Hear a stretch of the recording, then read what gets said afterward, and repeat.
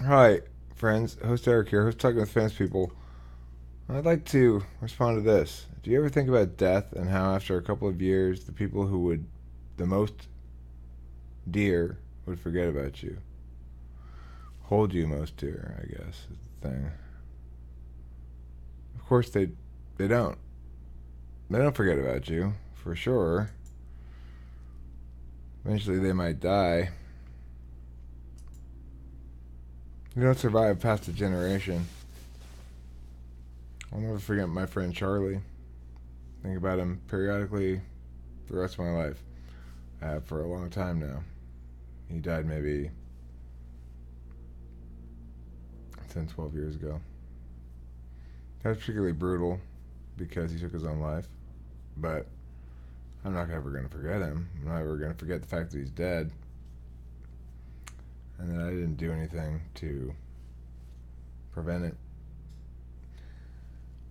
Do I think about death and posterity? Yeah, I think about that a lot. I mean, I don't think about it a lot. I don't think about it often. But when I think about it deeply. And what I mean is, I'm worried very much about persisting beyond my own lifetime. I'm worried very much about converting the existing lifetime that I have into maximum impact, maximum effect. I just watched a video by this guy, Eric Thor. It's about intuition and about how it's not a gut instinct. People misperceive it as such. It's a really YouTube friendly video. I got a little hatery for a second. Like, that guy's that guy's really on point. He's probably an INFJ. He's got over 1,000 subscribers, and I don't think he doesn't have that many videos. I mean, note, of course, my videos to subscriber ratio has got to be the worst in history. Just about, unless you're talking about one of those places that just puts up pure spam. I'd like to think I never really spammed the channel. I always tried to make videos that were about something. I just have a lot to say about a lot of different things. But that brings me back to the subject of death. Well, I hated on it for a second because it's so much like more well designed to maximize YouTube outcomes. Um, and then I remembered that I got bigger fish to fry.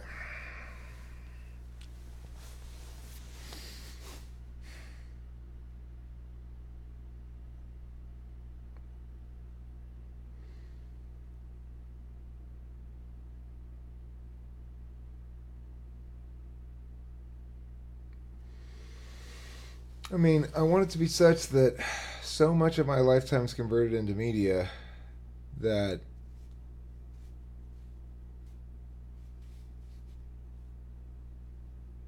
my voice will persist forever. To the extent that I don't know why it would matter. Look, we we share cultural icons. These people who make something that we all know and we all remember, and that little thing that they made that we all know and all remember is some clone of them that's extended their own lifetime dramatically by however many people times however many minutes. They've lived outside of themselves, doing stuff independently of themselves, without themselves knowing. Shadow clones that never come back.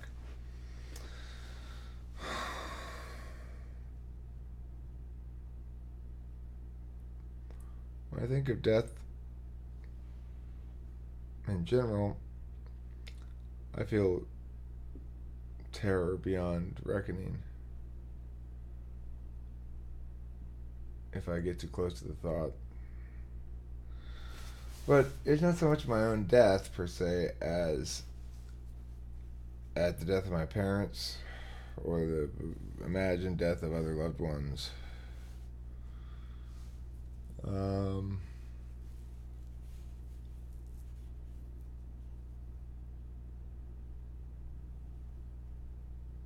death of my parents seems scary. They could have a lot longer to go. My dad could be around another 20 years or something. I don't think my mom's gonna make it that long.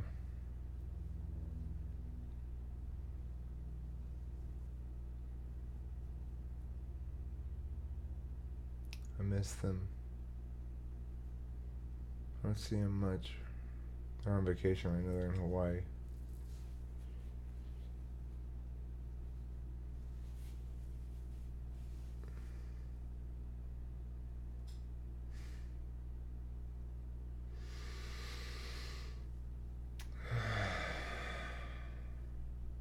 I'm not a good son.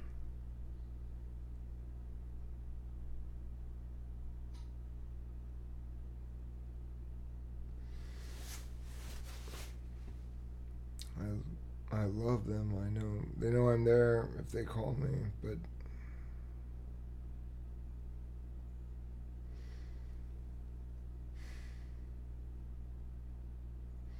then I think about Delilah. I saw her today. It was nice. And then when it was over, I was ready to go back to my life again. Send her back to hers.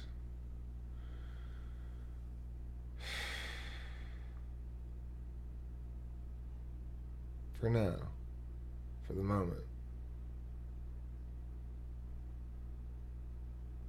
Always for now. We always imagine we'll get around to it later. I do. Used to. Not anymore. Now I understand the scope of the problem. I can't even rewatch. I can't even watch for the first time half the videos I make. When I make a video on the Raw channel, chances are I'm not going to watch it again. Ever. My own life. Recorded.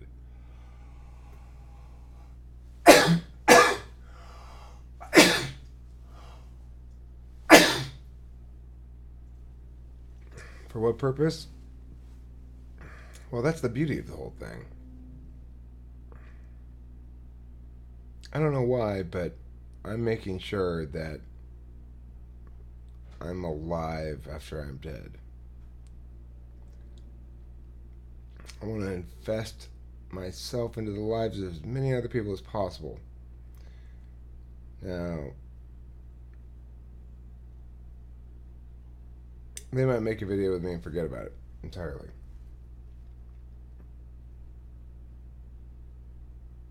Until someday, their grandkid wants to see what they were like when they were young. And they remember. Oh, there's a video up there somewhere of me.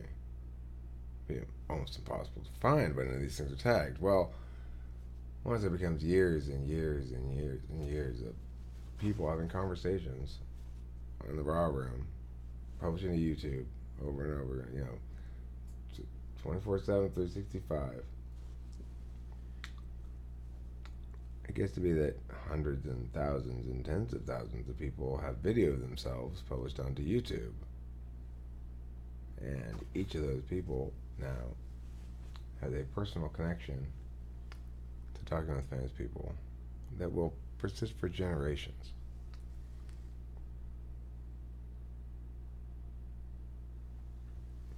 For those of us, Kitty, get down. For those of us who have been on camera a lot, GoToMeeting comprises sometimes a rather substantial record of one's thoughts and conversations and lives and storylines. Some storylines in the mix that are always interesting. I mean, that's the thing. Whenever I've engaged in this sort of social media stuff in any other capacity, it's always been pretend. It's a pretend world that's distinct from the actual world. But this is not. I mean, it's not pretend. It's real people interacting with each other in a separate world that's just as real and significant. if I burn somebody in a forum or something, I don't really know how they reacted at all. I can't see it. I can't see any pain in their face. I can't see any surprise. I can't see any satisfaction from seeing them get burned, if I really feel like they need it. There's no way I can do any of those things because it's text and there's a barrier. If it were video chat, just like it is, or video conferencing, or whatever you want to call it, but it were not being recorded, then you assume shit's lost to the ether. It doesn't matter as much. You don't make note of it.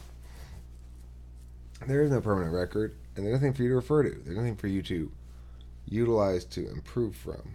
And that's the thing is, even though we don't spend a whole lot of time on GoToMeeting, being aware actively in some sense that we're making media right now, and in fact, a lot of times if I want to make media explicitly in the GoToMeeting room, I will record it separately. Even though that's the case, everyone has a slight awareness that we are making media right now, and it keeps people slightly more on point, keeps people more honest. Because if you fuck up and you're on mic or on camera, then there's a permanent record of that fuck up. If you say, I never said that, I can go, yeah, you did. Here's the video. What's funny is nobody ever seems to actually check the video. You don't need to actually check it. The fact that it's there is enough. People reference checking the video is what ends up happening. And that'll usually decide the issue right there. It's interesting. It's Magic Sky Friend. Magic Sky Friend is a magic ball that follows you around all day long, records everything that happens to you, all your conversations and everything, so that when you go, Jenny, you said to me you're 1. No, I didn't. I said 1:30. Magic Sky Friend. And the Magic Sky Friend will play back the conversation and tell you. Well, this is that, basically. Except this is only for existences that happen within the GoToMeeting room. Regardless, a preservation in one's life is my response to your question. Do I think about death? Yeah. What do? I fight against it as hard as I can. Try to preserve as much life as I can. Try to maximize the amount of time that Eric Strauss is. Eric Strauss's voice is heard somewhere in the world, one way or another. Because I mean, it's the only sense in which I exist at all, as far as I can tell. I'm pretty sure I don't otherwise exist. Thanks for watching Talking with Famous People. And don't forget to eat plenty of cheese. Also, I love you.